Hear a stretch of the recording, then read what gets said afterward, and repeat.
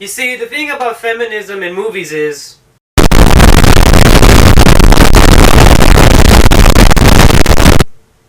You know what? On second thought, I'm not gonna fucking touch that subject with a 10-foot pole. Roll the intro.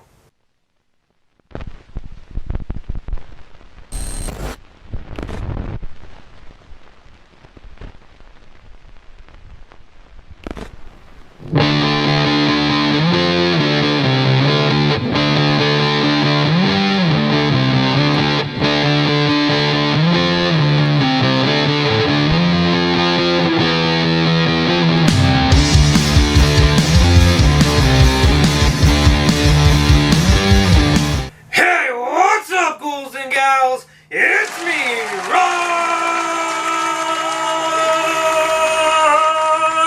Ryan.T here, and I'm gonna review Charlie's Angels.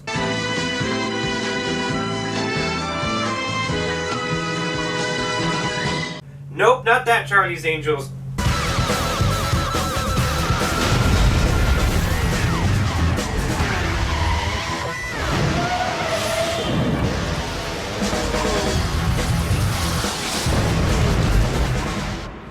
Nope, wrong again, not that Charlie's Angels. But don't call me Angel.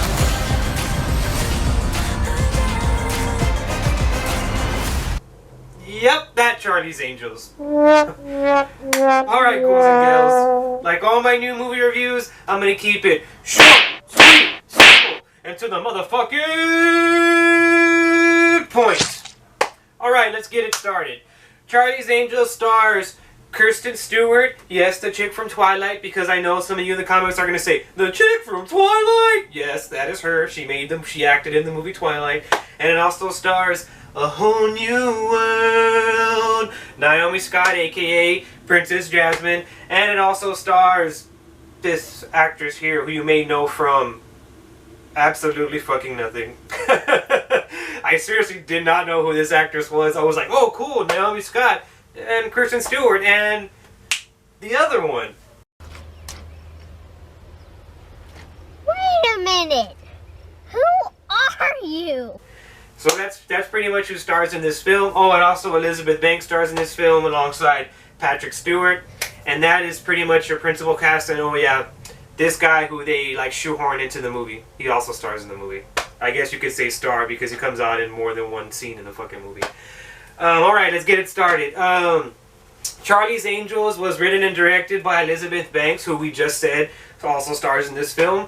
And it isn't a sequel, it isn't a reboot, it isn't a remake. It's kind of like a continuation of everything that has been Charlie's Angels, because this film kind of acknowledges that, yes, Cameron Diaz and Lucy Liu and Drew Barrymore were also in Charlie's Angels, and it also acknowledges that there was the original Charlie's Angels TV series that started in the 70s.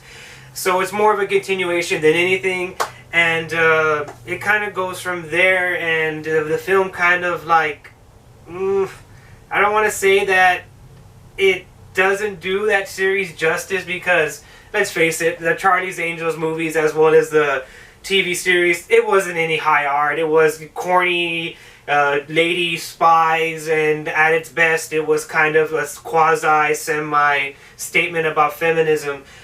This film kind of ignores all of the like fun stuff and kind of like amps up the feminism level on it, which, okay, cool, fine. I mean, it's Charlie's Angels. I mean, that's kind of what it always has been, right?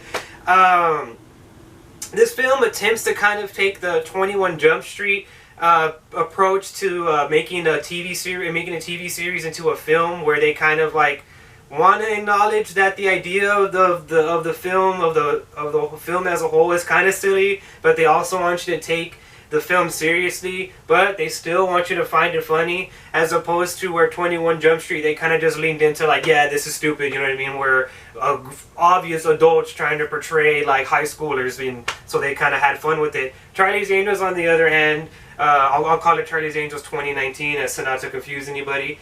It's not really sure whether or not it wants to be taken seriously or go full funny, and one of its weak points is that it isn't fucking funny. I mean, the film desperately tries to get a laugh out of you, and it's just not funny. Instead of using Elizabeth Banks as its like comedic lead, they use fucking Kristen Stewart, who is known for comedy. Yeah, I mean, come on, like what the fuck?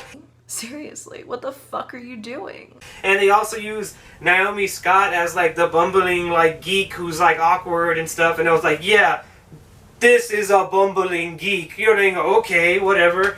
And I'm not gonna stand here and say that this film is like the worst thing that I've seen this year, because it's clearly not. It isn't. It's a fun popcorn film, but the things that make this film not good is the film story. I mean, the acting in the film is like really subpar. They again try to lean very heavily on Kristen Stewart for this film's comedic lead, and it's like, you have Elizabeth fucking Banks in your movie, a lady who has been time tested to be really fucking funny, but instead you're going to use Kristen fucking Stewart as your comedic lead? Like, are you serious right now? That's like having fucking Dave Chappelle in a movie and like any other actor who's not known for comedy and using the other actor to be your comedic lead. It just doesn't make any fucking sense at all to me. Think about that. That's just dumb. So that drove me crazy throughout the movie, because they had like Kristen Stewart like trying to like spout one-liners and like be super funny, and everybody in the audience was just like, okay. And another thing that hurts this film is that the film doesn't really have that cool, flashy, almost like sexy villain that the other Charlie's Angels films had. I mean, in the previous Charlie's Angels films, they had Sam Rockwell, who was just like so fucking cool as a bad guy, and they also had Crispin Glover, who played that weird dude who was like obsessed with hair. And this film, they have I mean, I don't want to spoil it and give away like who's the bad guy or what, because that's a key component to the plot of this film, but the bad guy in this movie is like, you don't want him to be the bad guy. And you also don't, like, no, all the people that are supposed to be bad in this movie, they're not interesting at all. None of them are interesting at all. So you're just kind of like, don't care about the bad guy. Don't really care about Charlie's Angels, who aren't really Charlie's Angels because they're not a team, because they just barely met like a day ago in the movie. And so it's like, this film is trying desperately to grab your attention, and it's not doing a great job of it. I mean, there is a really fun film in this film struggling for air, and like it's just getting suffocated and knocked over the head with like other certain things, and it's like, just, I mean, I really wish that they would have like went more into the 21 Jump Street approach and kind of like embrace the absurdity that is Charlie's Angels, like they did with the previous Charlie's Angels films. Those films weren't high art, but they embraced the absurdity of the idea of Charlie's Angels, and that's why those films were successful. And that's why I feel like this Charlie's Angels film will not be successful, because it doesn't know what it wants to be. It is having an identity crisis. Sometimes it wants to be a super sleek, sexy spy thriller drama, and then other times it wants to be like a goofy like rated G comedy and stuff like that, and then other times it wants to be like this murderous cool, like we're badass chicks, and that's all well and dandy, but do one thing and leave the rest out, or do all of them but do them all well. This film does all these things, but it does every single one of these things really fucking mediocre. I mean, I will say I was never bored with this film. I was never ever bored with this film. This film has action from beginning to start, and it never lets up, and cool. I mean, that's one good thing about this film. It isn't fucking boring. However, I feel like this film, mass audiences are probably going to like this film, because it is a popcorn flick, and like I said, it isn't boring, and it has some pretty set pieces, and they have some amazing costume design in this film. And I feel like that's going to be enough for this movie to kind of get the edge on audiences. But from my standpoint, from a critical standpoint, this isn't a great film. I mean, at best, it's not boring. That's the best compliment I could give this film. It's not boring, and it's pretty.